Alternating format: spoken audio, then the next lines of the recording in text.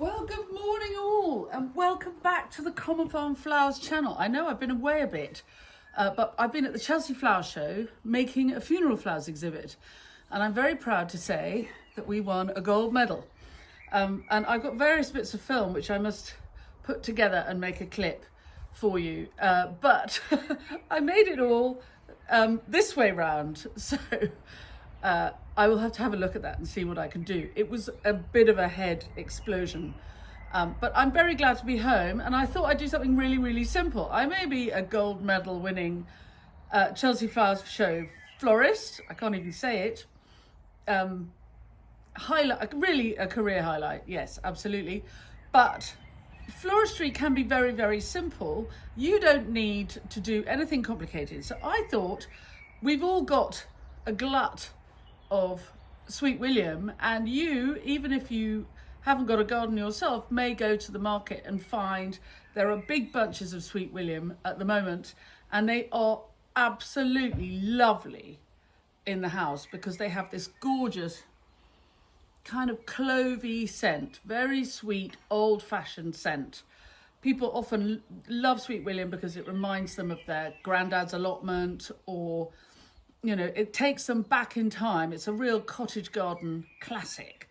So often you go to the market and you buy a big bunch of Sweet William, or you go out into the garden and you find your Sweet Williams flowering beautifully, and you think, how am I going to put it in a vase? How can I make it look really fantastic? So first of all, I've got a really simple vase here, and you can see it comes out a little bit, which makes it easy for the flowers to lean. So if you can find a vase, this one comes from Morrison's supermarket, and it's not very expensive. I really like them. Every time I see them, I buy them because I think they're not very expensive, and they're really useful size and a useful shape. They're quite sturdy. They're not going to fall over, and you can have them on your table, and they work really nicely. I'll tell you another tip to do with those later. And what you want to do when you get home with your flowers is you want to strip the stems so that none of the leaf material is under the water level when you arrange them, because you can imagine if I've got rotting leaves in the water, then there's going to be a buildup of bacteria, the water's going to discolor more quickly, and it won't be pretty.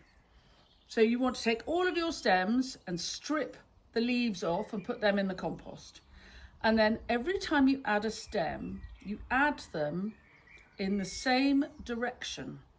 So there's stem 1, and I'm putting stem 2 at a slight angle over stem 1. So I've got the beginning of a spiral, as though I'm making a spiral bouquet. Stem 3, and I'm putting it over the other 2. And I'm going to go round in a circle, adding my stems, and I'm going to strip them, snip the stems. If you've been to the market and you've brought your flowers back from the market, they'll probably be wrapped in brown paper and they'll be dry, and so they'll need refreshing. So it's a really good idea to not only strip the stems of leaves so that there are no leaves under the water to make rotting water, but also cut the ends off. When you cut the ends off, you are refreshing the open cellulose drinking cells so that your flowers can have a really nice drink. And if they're looking a bit tired after their journey home, then they'll refresh nicely. So you want to strip your stems.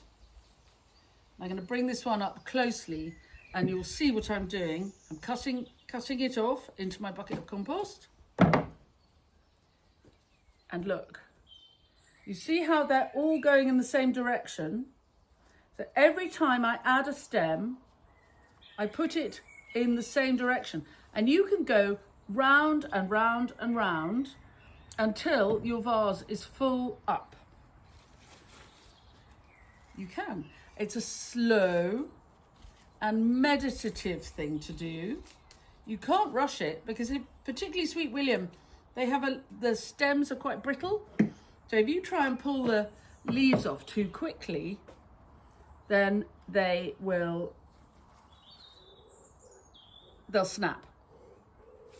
And you think, but I've gone all the way round now. What do I do? Well, you keep going in the same direction and you keep adding in the same way. And so long as you push them around, so look, they're all going the same direction. And every time I add a stem, I'm going over the other ones in the same direction. And you see I've got a really tidy mix in the water. It's going to look very pretty when it's finished. I dropped this one in the water, I'm gonna get it out. These Sweet William have been grown in the polytunnel here at Common Farm. And so they are more perfect than those that I have grown outside, which have had a tougher time with the weather over the winter. Sweet William will last really a good long time in the vase. They'll last a week or more. And if they're inside, they're less likely to be beaten up or eaten. So as soon as you see your Sweet William, if you've got it in the garden, if you see it coming into flower, then cut it, some of it, and put it in a vase, and it'll last longer because the bees are less likely to get at it. So I'm keeping going around and I'm just doing everything in the same order. Right, I'm going to turn this off and I'll show you when I've finished. But you can see how I'm beginning to have a really nice twist.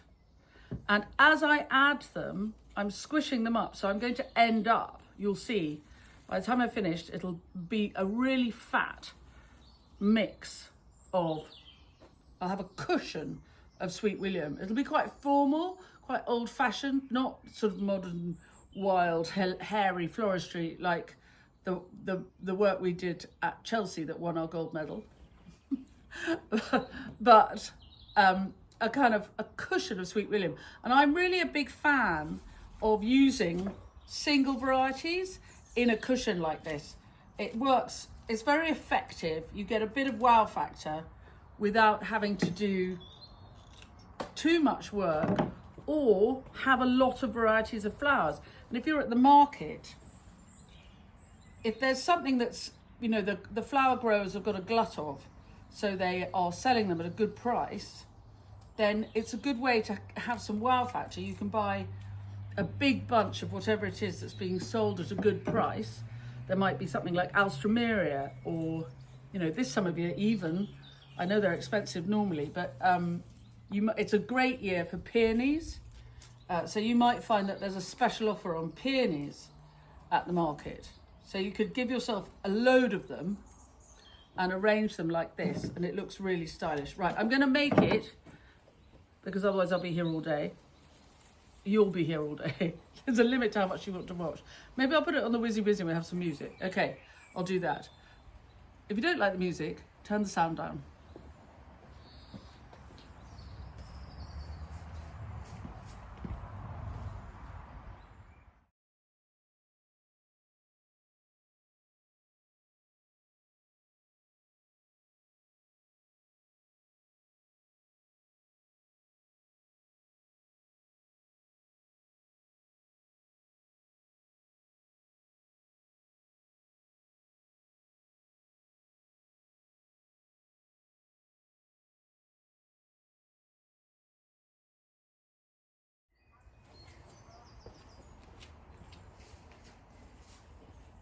So there you have it. There you have it. It's a really, really simple idea. You can see how having the stems all going the same direction and with no foliage on them makes the stems lighter. If you wanted to, I mean, basically what you've made is a twisted hand tie. And what you can do if you want to really finish it off is take it out of the vase when you've finished and then snip all the stems. Be careful not to cut your little finger off. This is very easy to cut your little finger at this stage. Snip all the stems so that they're the same length, and then it looks really tidy in the vase. You pop them back in the vase like this, exactly as they were, and give them a shake down so they fit. And then the fact that they're not sitting on the bottom, again, gives them a lightness. Sweet William can be a kind of heavy looking flower, but by lifting them off the ground there, it's just a little style tip. It makes them feel very, very light. And by snipping off the stems there, as I did, I've reopened all of those cellulose drinking cells openings so that they'll stay fresher for longer.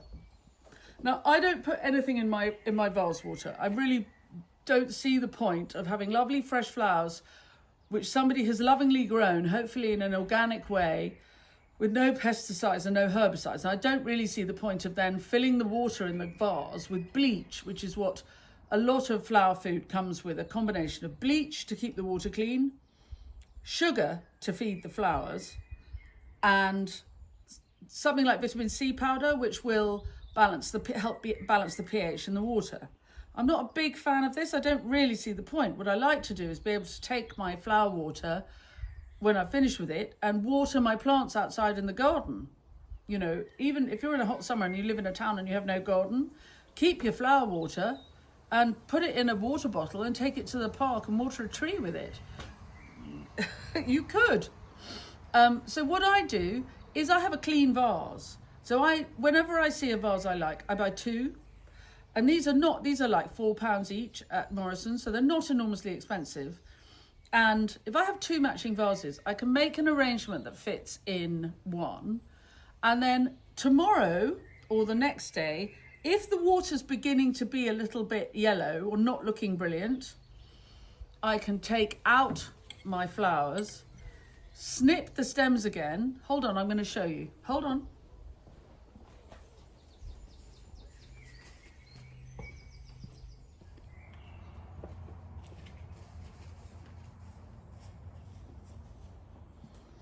So look, I have got exactly the same vase and it's clean and it's filled with water. And so let's pretend it's tomorrow. There are no chemicals in this vase. There's no bleach, no sugar, nothing. So imagine, to keep your flowers going for longer, it's tomorrow. You take flowers out of the vase. You re-snip the stems. And this will reopen the cellulose drinking cells so that your flowers will stay fresher for longer. Always being careful not to cut your little finger off. It's very easy to do. And then you pop them straight back into the vase and enjoy them for another day. And they will last much, much longer if you give them fresh water in a clean vase every day. And this water, again, I can go and water my plants with it because it's got no chemicals in it. So if you're buying flowers from the market or the flower shop and the people in the flower shop offer you those little plastic sachets of flower food, then you're allowed to say no thanks. You don't have to have it because it's a little bit of single-use plastic which is going to take 1,000 years to rot down.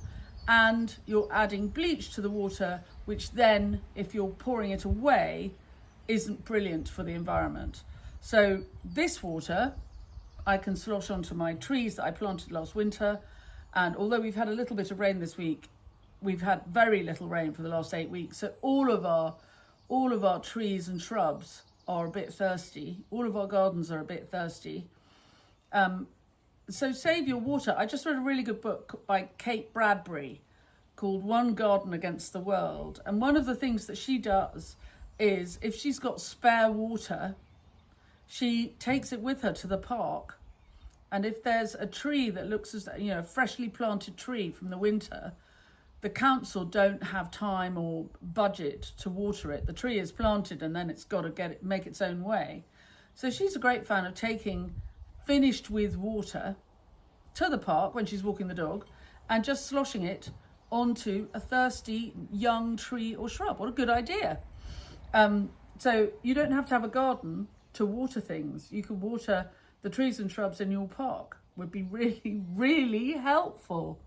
There we are. I hope that you think that's a good idea. And I hope you've enjoyed this little clip. If you're new to the channel, please do subscribe, press the bell icon, and we'll tell you when we've got more clips coming up. And if any of the tips and tricks we give you along the way are useful, you can always join my club, and I put the link to the club in all my clips. Or just buy me a coffee. There's a link to coffee buying too. And if you're already a club member, grazie, mille grazie.